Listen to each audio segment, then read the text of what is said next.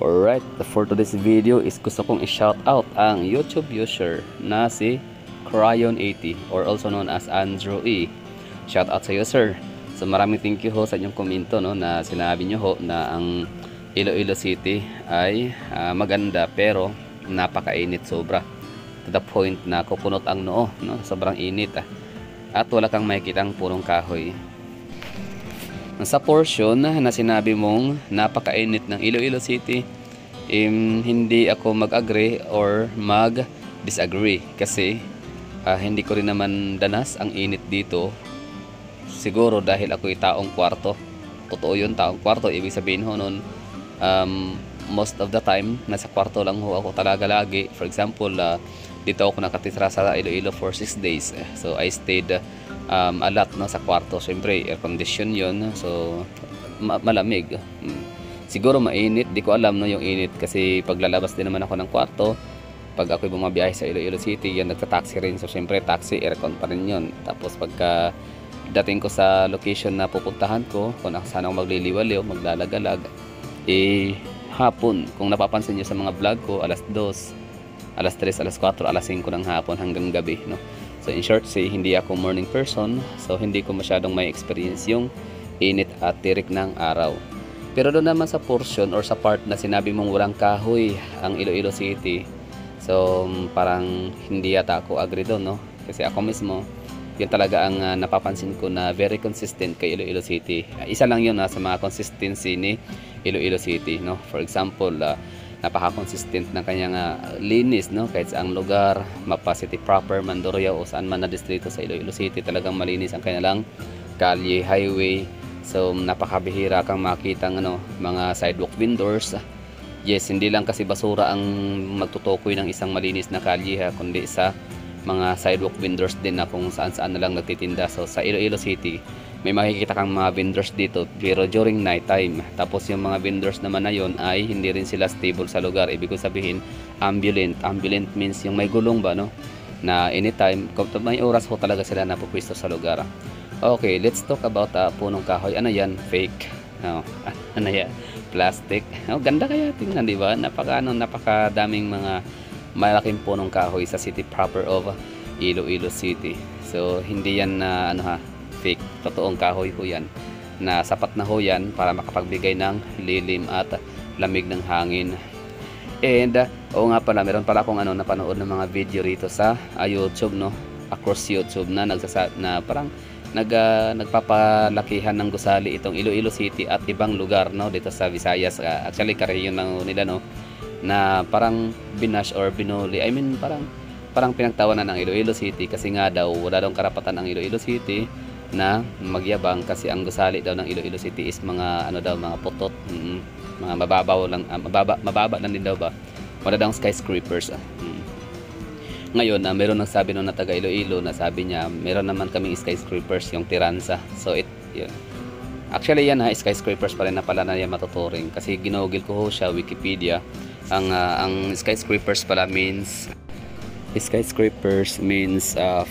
stories, pero dati pag nasa 10 stories ka na, ma-consider ka na as skyscrapers.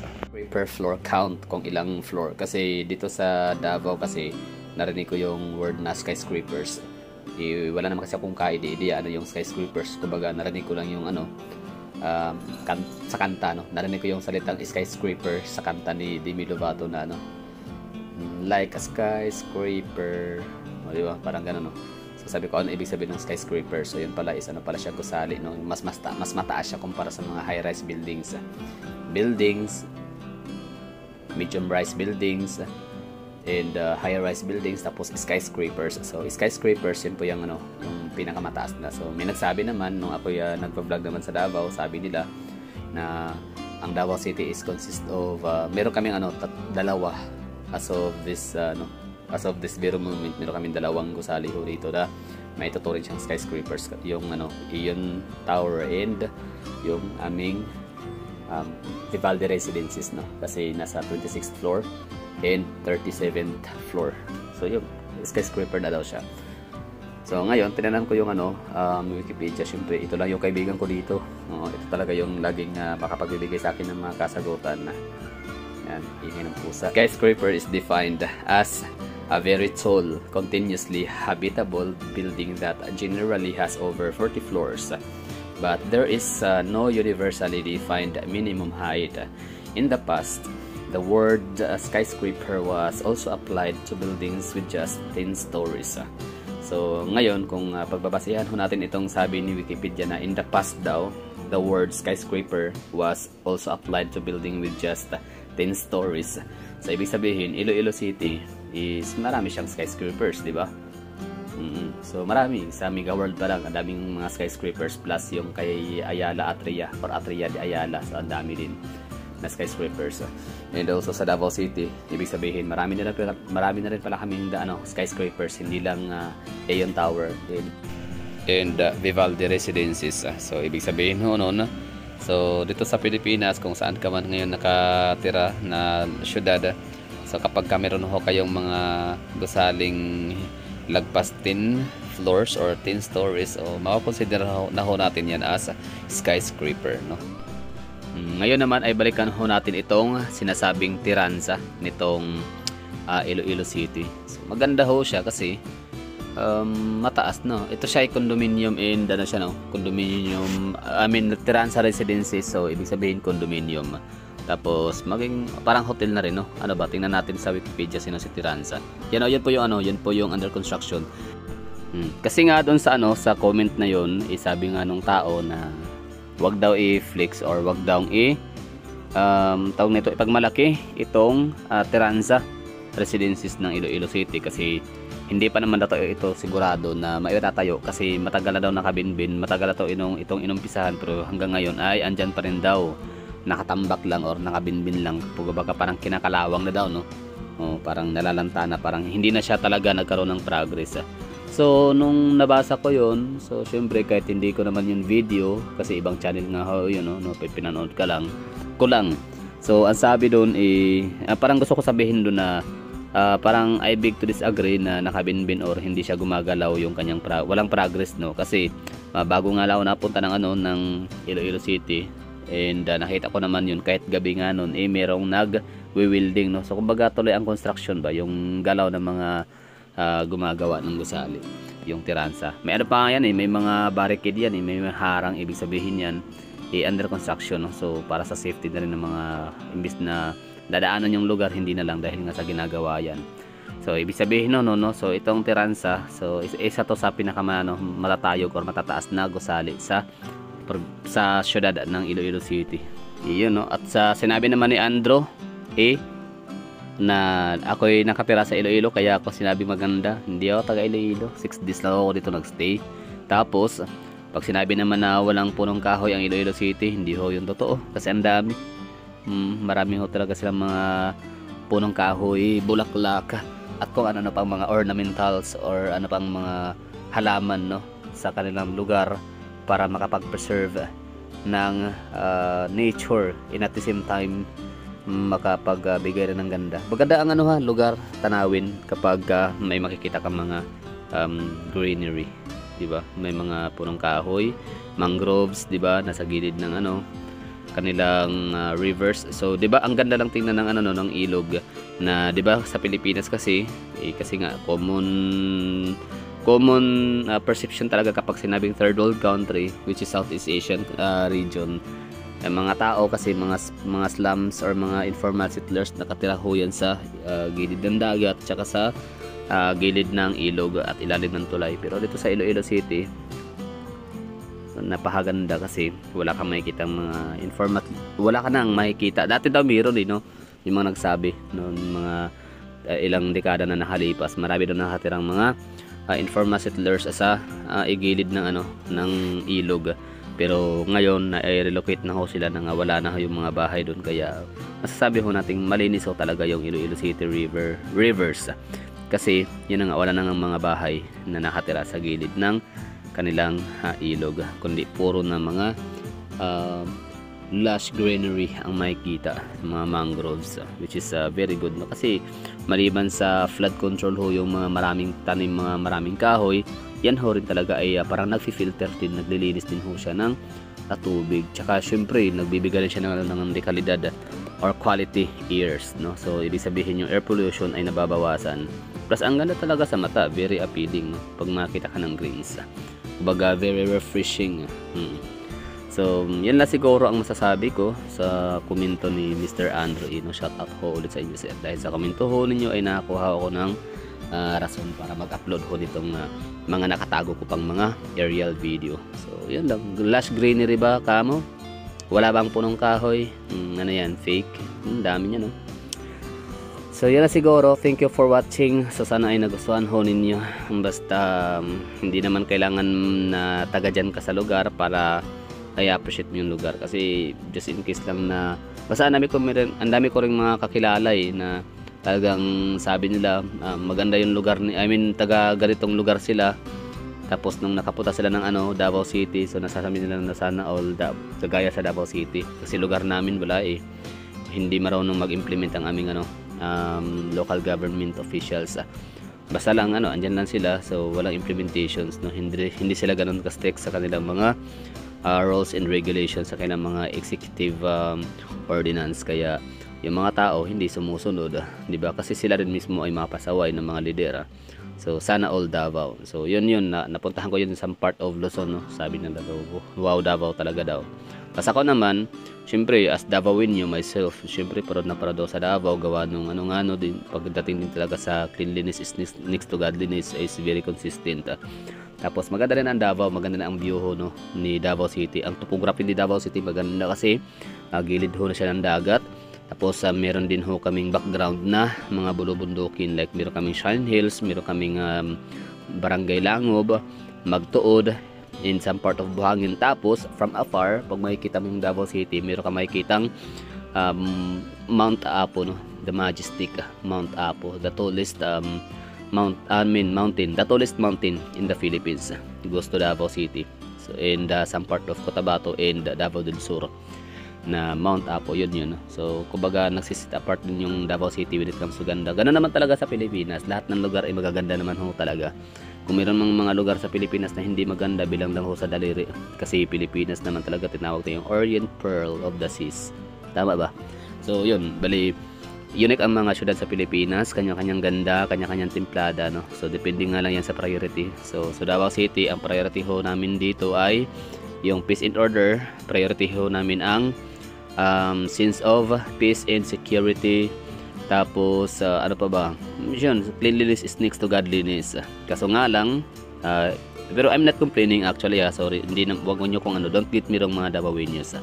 I'm not complaining, pero alam nyo yung ganda ng Davao City, kung gayahin lang talaga sana yung yung bigyan ng mayaman naman ang Davao City, billionaire city ang Davao City, no? So ibig sabihin kung afford ni Iloilo City na gumastos ng mga pintura, gumastos ng mga artist, no, para bigyan ng ng kulay ang ating mga daan, tulay, yung ating mga sidewalks, ng ating mga overpass at kung ano-ano pa. So siguro kaya rin natin talaga mapaganda ang ating mga pangunahing lansagan kagaya ng sa Iloilo City, di ba? So kung ikaw yung nanonood ng mga taga Davao, so ano sa tingin mo, di ba? Okay ba yung ko, yung suggestion, no?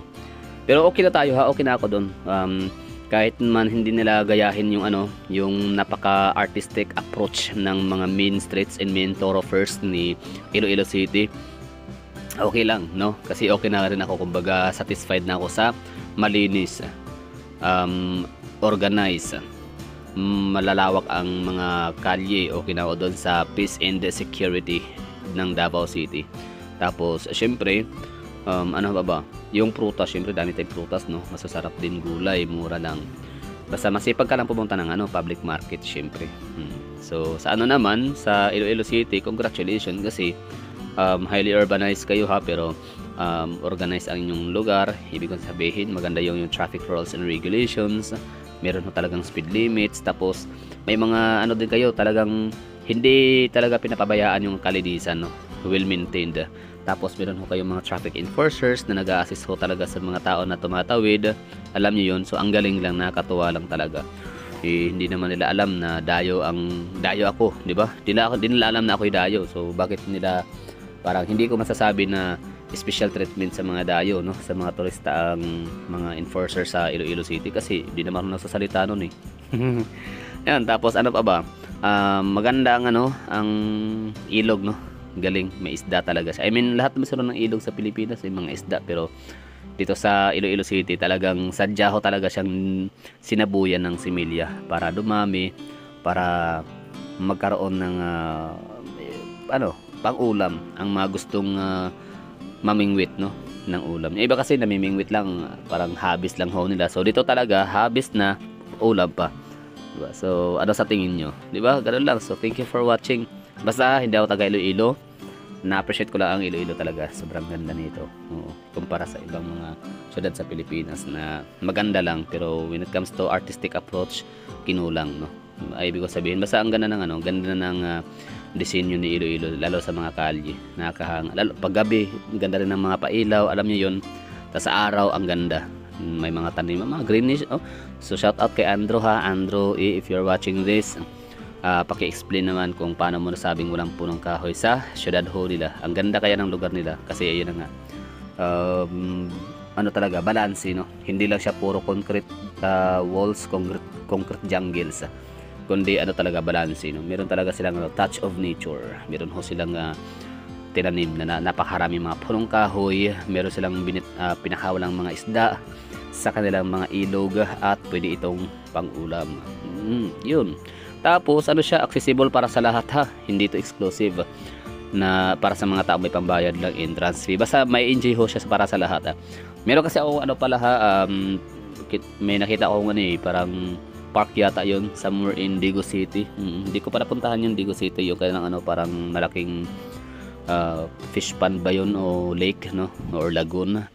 Tapos may entrance fee, parang 10 pesos sa bata, 20 pesos sa bata. So parang ako so tinanong ko muna, sabi ko, yung bang ninyo, yung lugar na yan, yung park na yan, yung lagoon na yan, or yung lake na yan ay hindi siya government owned to the point na maniningil kayo ng entrance fee? Sabi naman nung may nag-response sa akin na maganda daw yung hihingian ng 10 pesos or 20 pesos na entrance fee para daw mapanatiling malinis yung lugar ko. Ganun ba yun? Ang dami ko napuntahang lugar na mayroong entrance fee na sinisingil, hindi naman malinis, madumi pa rin. Tsaka marami naman ako napuntahang lugar din na walang entrance fee. Libre lang talaga pasukin yung mga parks ho nila, and open spaces and the open parks. Pero bakit walang bayad? I mean, bakit malinis kahit walang bayad, no? So for example, yung binanggit ko doon yung sa may Baguio City, di ba? Sa may Bacolod City. Di ba may lagoon din doon sa Boracay, di ba? Wala naman silang although sa Boracay, pagkapasok mo sa kanang isla, ibababayad ka na parang 150 yata o 200, I don't know, kalimutan ko na yung doon, yung environmental fee. I forgot na, matagal na yun eh. So yun, bali Benguet na sa may Baguio City, walang bayad yung kanang lagoon doon sa may kanang Burnham Park. Sa Davao City, People's Park, walang bayad, no? Entrance ka lang doon, entry ka lang, i-check lang yung mga bag, bawal mo dala ng mga lighters at kung ano pang mga flammable. Tapos yun na nga, Digo City, nakita ko siya na meron silang lagoon doon na may entrance nga 10 pesos to 20 pesos, which is parang para sa akin syempre, bakit parang, 'di ba? Ang yaman ng mayaman ang lugar natin sa Pilipinas, tapos pati ba naman yung pang-maintain sa panglinis sa lugar, 'di ba? Kailangan pang iasa sa mga residente, para sa mga constituents, para sa mga bisita, 'di ba? So, it's quite unfair para sa akin. So, asan yung pera? Yung mga ganun lang naman So, bakit ang Iloilo City, 'di ba? Ang kanilang mga plaza, ang kanilang mga park napakalinis, 'di ba? Bakit well maintained?